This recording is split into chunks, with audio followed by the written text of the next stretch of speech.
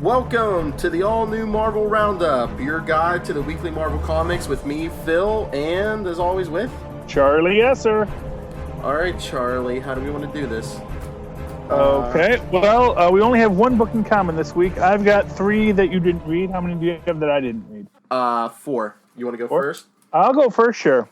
So let's open up with the Inhuman Special.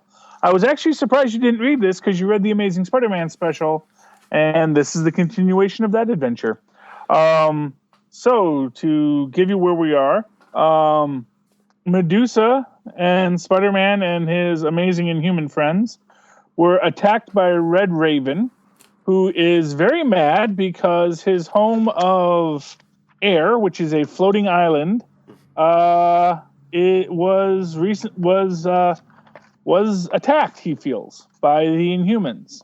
Now, what we find out in this issue is that what actually happened was all of the bird people of Air were actually all Inhumans. But unlike the Atlan Inhumans, they had what they called perfected the Terrigenous process, so that they all had the same mutation, and they had not been exposed, as he said, to raw Terrigen mist in millennia. So when the Terrigenous bomb hit, they all had horrible mutations. And Red Raven, for those who don't know, Red Raven is an old Golden Age hero, fought alongside Captain America and Namor. And he was a young boy, abandoned. Well, it wasn't abandoned. His parents died, and he was raised on Air by the avian people there. And they eventually hooked him up with bionic wings to allow him to fly as well. And when he returned to human society during the war, he was a grand hero, and then later returned to Air to apparently seemingly rule them or be the boss in some sort. Anyway, he is in full-on supervillain crazy mode, because when he explains what happens to Medusa, she's like, "Oh, I'm sorry, we didn't realize that it happened to you guys. We're kind of pissed at Black Bolt too, because we don't know why he blew up our city and put this Terrigen gas all over the Earth, which is causing us no end of problems as well." And to that end, she says, "I will do everything in my power to help save your people." And Red Raven's like, "Well, no, you won't," and gets mad and starts attacking her, and they get into the whole fight. Meanwhile, Spider-Man, when we see, they're falling down a big hole. And we've got Inferno and Flint and ISO and this lizardy winged woman. Well, I'm not quite sure what her name is, but it's funny because Spider-Man keeps on calling Inferno Bunsen burner, and he tells him as they're falling, he says, "Quick, flame on and grab the people who can't fly." Uh-huh. And he says, "I can't fly." He says, "Great, you're the only flame guy who can't fly. Way to break the stereotype." Oh. So, fortunately, the girl who can fly flies and grabs someone, and then Spider-Man puts out his webbing, builds the net, and saves them all. Yay! He then rallies them with his own motivational speech, which is actually quite moving. Because they're kind of like saying, all you do is make jokes. Don't you ever do anything serious? And he's like, I've lost a lot, and yeah, I make jokes because that's how I look at Oblivion in the face and laugh in its face, to carry on. And it's actually quite moving. It reminds me of Deadpool's, Je suis Pagliacci at the end of his book. And it's quite lovely. They run into a bunch of the mutated avians and like in full-on zombie mode, which is, I think that's really more than the fact that they mutated. It's that they're all in like this crazed zombie mode, and that's not fun. So they push them back, they escape, and then Spider-Man falls off to be saved by Captain America. And then we continue on an all-new Captain America special, I guess, next month, maybe. So that was, it's a fun, exciting book. I love that they pull out an old Golden Age hero like Red Raven. Excellent humor throughout it, but still tight adventure and some very moving stories. Big thumbs up for that. Next, we got Unbeatable Squirrel Girl versus Galactus, and a very fun book, very fun story. It's a lighthearted comedy book, and it's delightful in her interactions with Galactus because you get the feeling no one ever really bothers to just sit and talk to Galactus, and although even after she bonds with him, he's still going to eat the planet because he's like, nope, still going to eat your planet because I'm Galactus and that's what I do. And they make some great jokes about how everybody sees Galactus as they are. And of course, so Tippy Toe sees him as a giant squirrel and she sees him as a giant person. And that comes in handy because when she is exploring his world ship, and comes across a big old QWERTY keyboard because obviously everything in his ship is likewise affected, and so it's a way that she can interpret it. She uses that to to break into his system because his password is I ate planets, and she finds him another world because, as she says, she realizes some of the great humor in this. One great joke is he makes the point how it's probably not the best idea he has to send heralds ahead of him in a planet full of superheroes, which gets them, able to prepare for him. And later, Doreen sort of realizes that the reason he keeps on coming back to Earth is because Earth will always find him a nice planet to eat. Someone from Earth will try and find him a nice planet to eat and have human life on it. Because even though we want to survive, we're not just going to sell out of the planet for a planet that's good for him to eat. So they say it's the equivalent of getting takeout. They find in his database a planet full of nuts, because of course it's Squirrel Girl, and they go there. She very much bonds with Galactus, and he gives a gift, which is a replacement Galactus card from Deadpool's Guide to Supervillains, which is updated as well, and says, "Devourer of worlds, wielder of the power cosmic, and a friend. Call me if you ever want to get into heralding." So that was very sweet. Her friend Nancy has figured out that she is the next Squirrel and is very charged for this. And in our last panel, we found out that she forgot to get Whiplash out from under the Squirrel's last issue. So he's still stuck under a net of squirrels. Fun, lovely book. If you're not reading a Squirrel Girl and you want something fun to read it. It's got the self-referentialness of Deadpool, but still sits firmly within the Marvel universe. She never winks at the camera, even though the camera is winking at her. It's a fun, delightful book. Howard the Duck, excellent books, and I highly recommend people read them. And I still say something's going to happen with these guys come Secret Wars. The people who are comedy books are going to have something going on. Last one I read that you didn't read is Avengers World. As always, Avengers World gives you a nice little backstory with characters. Gives you what they're dealing with right now. And we get a quick bit of Namor and the Cabal in this, and the fact that he is having a lot of trouble dealing with being the monster, being part of the Cabal, and the horrors that it unleashes. He is a hero, and with what he feels needed to be done, and now he realizes he made that horrible mistake. Meanwhile, Shang-Chi is bonding with the self-replication node of the Genesis bomb, goes through a whole Enter the Dragon motif and comes to understand that he cannot fight with rage or anger. He must fight with truth. And then in a rather unclear thing, but what one understands to be him bonding with this galactic life essence, starts speaking in the ancient tongue that Night Mask used to speak in, and then you see them creating the army of Shang-Chis. And I think what you get there is that balance between Shang-Chi and Namor.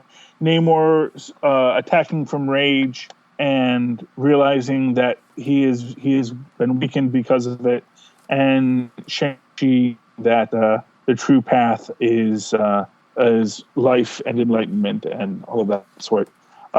Meanwhile, AIM is in the Savage Land with Thor, and we're next issue. The secret plan revealed. Now, I'm very interested in that because we think we've already seen the plan, which was to send Thor and Hyperion to punch the Beyonders in the face, which they did. But if they're saying there's a secret plan, maybe there was more to that. Maybe there's more to see. So big thumbs up on Avengers World.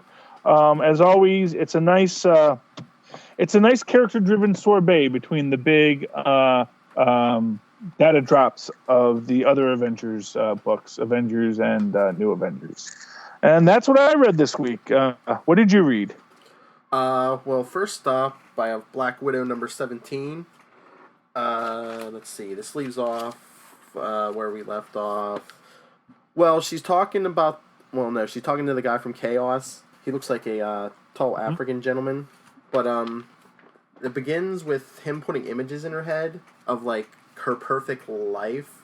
And I guess later on he tells her, Chaos can give her this perfect life. And, and the scenes he gives her this perfect life, she's on a sailboat in a very romantic situation with Matt Murdock. And he says, I went into your head. I know this is what you want.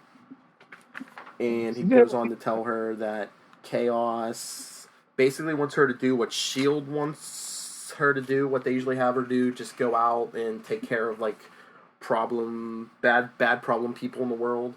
And let's see, we see the Winter Soldier and Maria Hill looking for her off and on in the issue, and then this agent for Chaos, he's a teleporter. She hangs on to him as he goes to Dubai. She's with him, and then he teleports. It doesn't say where, but it looks like it's either the Arctic or the Antarctic. And he says, you need to stay here, and there's a bunch of invisible Chaos agents. And the issue ends with Natasha throwing her belt at them, which I guess is full of bombs, and we see it blow up, and she gets knocked out by the blast. So that's how the issue ends, with her laying unconscious in the Antarctic or Arctic, wherever it's at. But good issue. I give it a thumbs up. I just found it interesting, the whole thing with Matt Murdock, and that's like her fantasy, I guess. Yeah, well, she did have an ongoing thing with Matt, and he's an impressive gentleman, and he's a lawyer, right? Yeah, he's a ladies' man. Slow down with the toys. If you're watching Netflix, he's in that ladies' man. Yeah, well, Charlie Cox said he would love to have a Black Widow cameo. Yeah. Oh yeah. And of course, but he said that would be awesome. All right. Well, next I got Guardians of the Galaxy number 26. It's like the aftermath of the Black Vortex. And we see how the planet of Spartax has elected Peter Quill their king or president. I forget the title, but it basically, king of the planet, without even consulting him. And he says, I can't do this. I'm better just, like, running away from stuff. And Kitty Pryde, who is now, I don't know if this happened in the last part of Black Vortex, so I must have missed it, but Kitty Pryde, who is now Peter Quill's fiance, tells him he has to do it. He has to do it for the people. So I found that quite interesting that they're engaged to be married now. Behind every great man, Kitty Pryde is an intangible woman. It's an intangible woman. I don't know if she still has her enhanced powers from the Black Vortex, because others have been shown to have them, but remember last week you were saying, I wonder what her powers are going to be after the Black Vortex? Uh-huh. Well, I guess at the end of the Black Vortex, they had to phase the whole planet, so that's they souped up her powers. Yeah, she phased the whole planet and everyone on it. Okay, well, that worked. Oh, yeah. So, yeah, Black Vortex Aftermath, Peter Quill trying to come to grips with being king of a planet. Good issue. I'll give it a thumbs up. So did we determine, is Black Vortex a good thing or a bad thing? Like I said, I didn't get the Black Vortex Omega, but I mean, it souped up everyone's levels who went into it, cosmic levels. But there were certain aliens who were saying their planets, ancient civilizations have been destroyed by this thing. So I don't know if they ever figured it out. Yeah, so it's maybe it's like if you keep on using it, it's bad. I don't know. Okay, so kids, we're telling you, say no to Black Vortex. Yes. All right. And next, we'll jump to Amazing X-Men 19, the final chapter of the Once and Future Juggernaut. Kane Marco has the power of Sidorak back, and Sidorak has souped him up. He's stronger, he's more invulnerable. He shows the X-Men who have Rachel Summers with them, you know the old X-Men strategy, get his helmet off and have a telepath take him out. Yeah. He takes the helmet off, and now I don't know if he's supposed to look like somewhat like Sidorak or a demon, but he takes off the helmet, and he's still telepath-proof now. So, So Colossus tells everyone he's going to take him out, and Storm's been on his case for this whole story about how he's too quick to try to sacrifice himself. So right before he's about to sacrifice himself, he basically just knocks Kane Marco off a cliff, and I guess he goes into I thought it was a lake at first, but it looks maybe more like a volcano at the end. But he's basically like, oh yeah, we got rid of him. I'll take care of him if he comes back. Dropped him into a volcano. Yeah, more Marvel 101 anymore. Yeah, well, yeah. When in doubt, drop him into a volcano. Just out of curiosity, was he like doing something crazy that they feel that I'm like, because Juggernaut, is he like a bad guy now? Is he a good guy? Oh yeah, he kind of like was doing that good guy thing for a little while, and that was the big thing I forgot. He said he was going to go murder Cyclops because he found out Cyclops was the one who murdered Charles Xavier. He's like, he killed my stepbrother. Wow. So yeah, after they get rid of the Juggernaut, they're all like standing around going, well, I guess we should warn Cyclops. Like, should we? I just found it funny. They're like, I guess we should.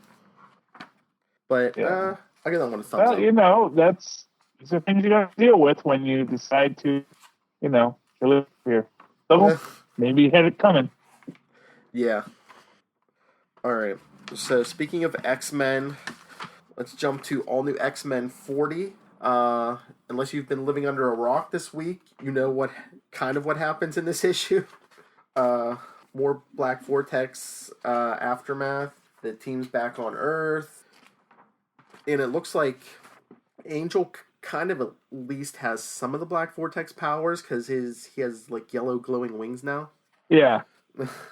And I was seeing that in the art. What's that? I was seeing that in the artwork that he has like the yellow glowing wings. I guess he probably flies faster now. Probably. He flies more. More than Angel. Probably not quite Archangel yet. Yeah. So is there anything? What's that? Is there any you might not have seen coming? Well,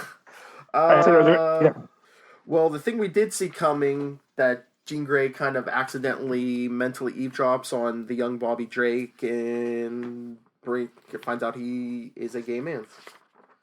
Yes. And as they discuss, it's going to be pretty weird when he encounters his present day self. It's like, is he gay? Is he not gay? If he is gay, is Bobby going to drag him out of the closet? Yeah.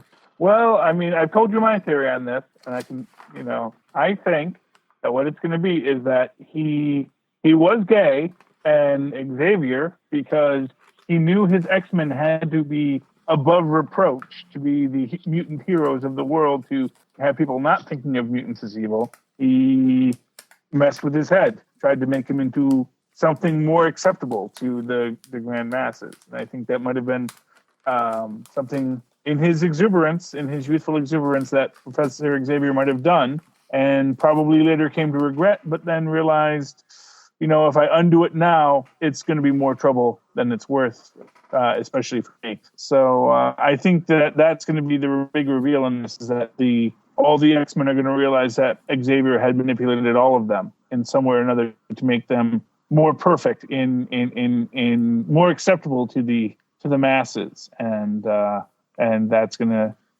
possibly be something that's going to make people go, oh, maybe that was one of the reasons. Maybe Xavier had it coming when Scott took him out. Well, that's what I told you this week. I said I think that's how they're going to redeem Cyclops. Is maybe they were going to say he was fighting off whatever Xavier did to his mind.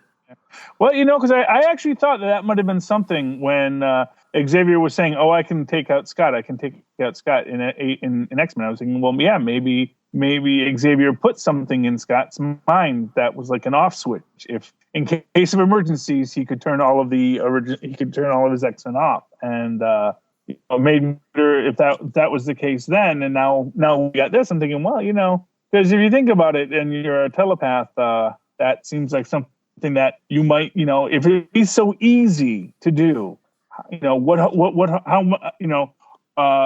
the Illuminati, it's not the right thing to do, but it's for the greater good. This is something that'll be for the greater good, even though there's a bit of a cost, and you see those toss that up. Yes, you get a lot more of this when you listen to Super Connectivity. That's right. All right, and the last thing from this issue that they didn't make the news, I guess there's a budding romance between Young Angel and X-23. Ooh, aw, that's sweet. But yeah, big thumbs up. Yeah. Now I wonder, is Young Angel rich or is all that money Old Angel's, or did Old Angel run through all his money at this point? I don't know. Old Angel is kind of weird right now because basically, a few years back, he basically got his mind completely wiped. So now I don't think he even remembers being the Old Angel. Now, is he Archangel or is he regular Angel? Or does he go back and forth?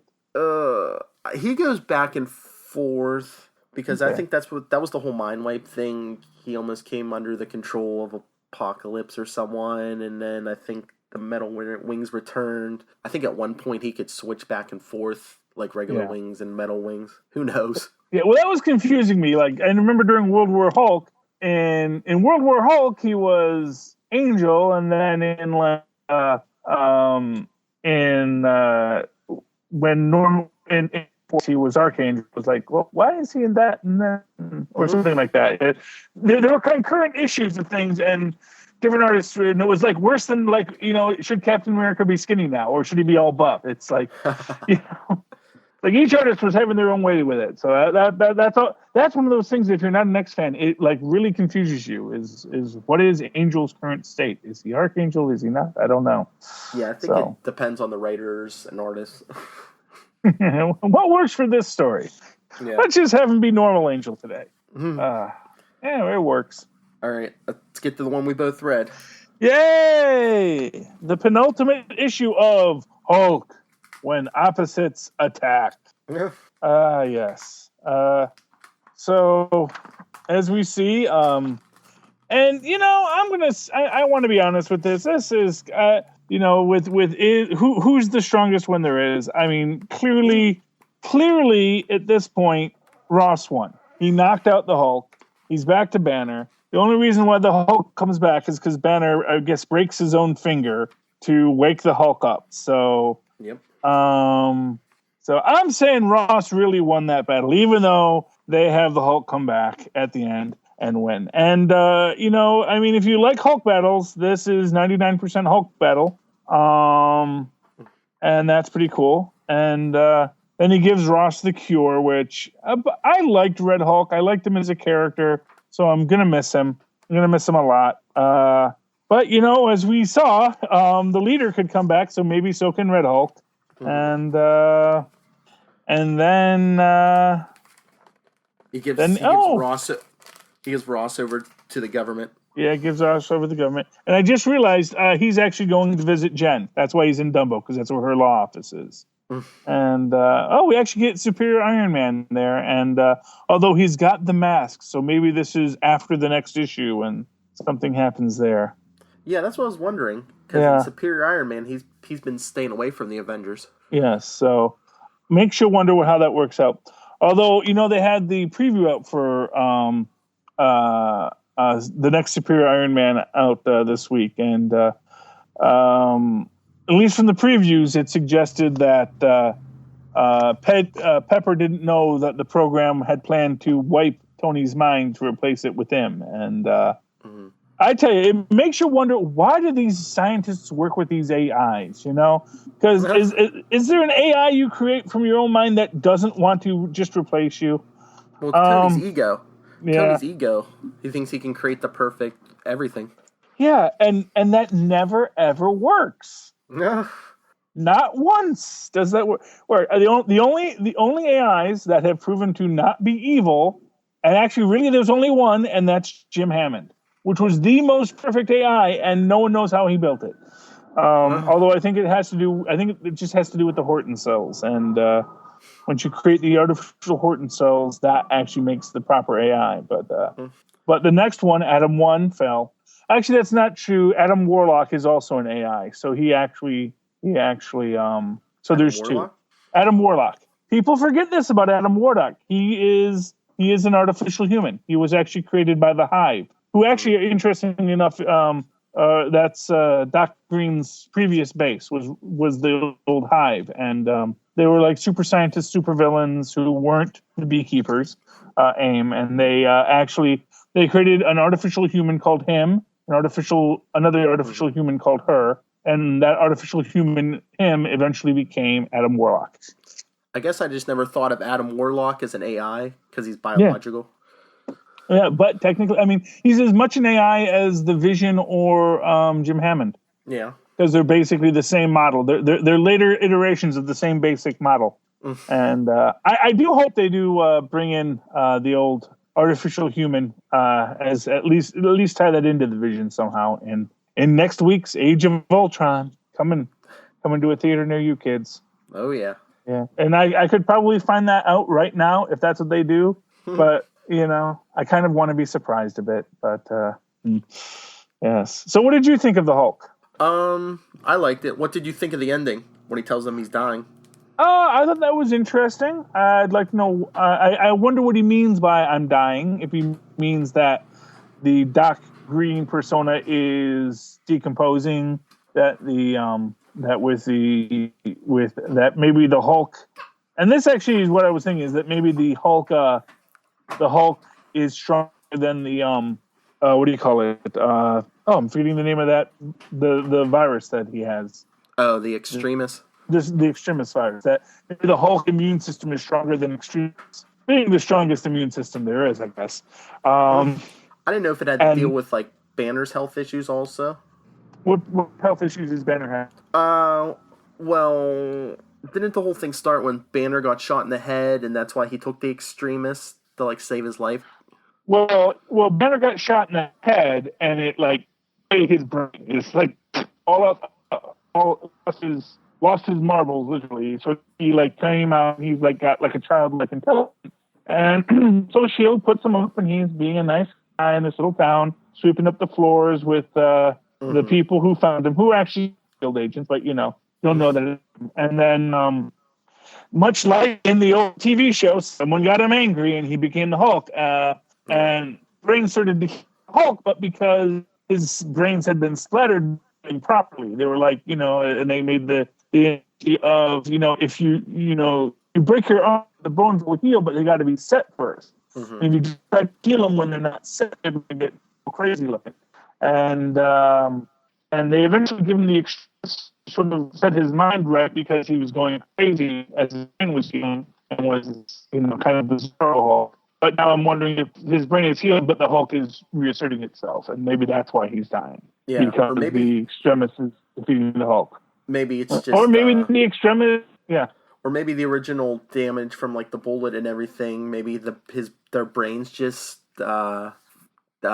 disintegrating or whatever, degrading. That's what I was looking for. Something. Well, what we know is everybody dies in a couple months. So, which that's that great reveal from that Deadpool is the Avengers aren't going to fix it. And although we know it, it's kind of that big reveal in Deadpool is that, yep, Deadpool's the first to say this one doesn't get fixed, and everybody does die. And maybe something else will exist afterwards, but it's not this. It's going to be something else. And maybe they can set it right, sort of like when, like the Infinity Gauntlet after Thanos wiped the universe or the universe or whatever, and they put it back. Maybe they can fix it, but yep, Hulk dies. So what we get after this, we're going to have to see. However they do it, bring back Grey Hulk. Yeah. Oh, Joe great. Fix-It. Oh, Mr. Fix-It. Yes.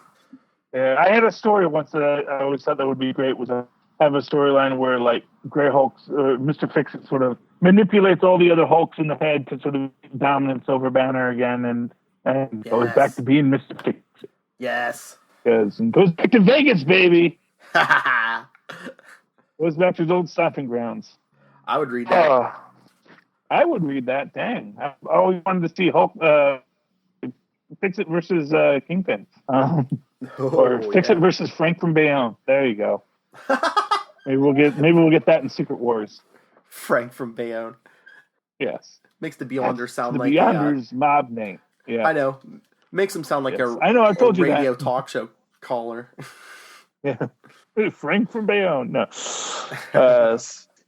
Oh. So is that roundup? Yeah, that's it. That's it. You want to hear some more in-depth Marvel info? Follow us later this week in the Super Connectivity.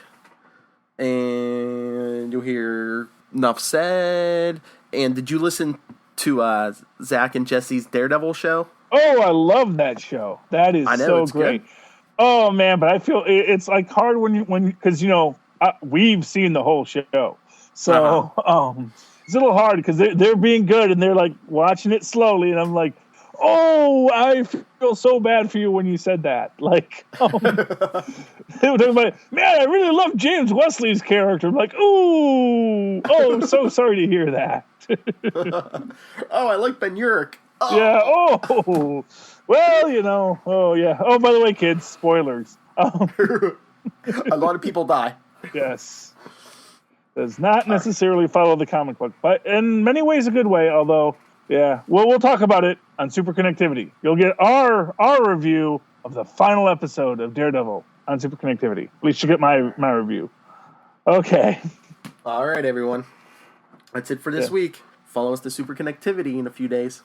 Yep. And Twitter at Charlie Esser, and me at connectivityblog@gmail.com. All right, and you can get a hold of me at nightwingpdp@gmail.com, and I'm on Twitter at nightwingpdp. There you go. Had to get our social medias in there. All right, everyone. Come back next week. Secret Wars is coming, and Avengers Age of Ultron is knocking on the front door. Good night, Marvel. Night.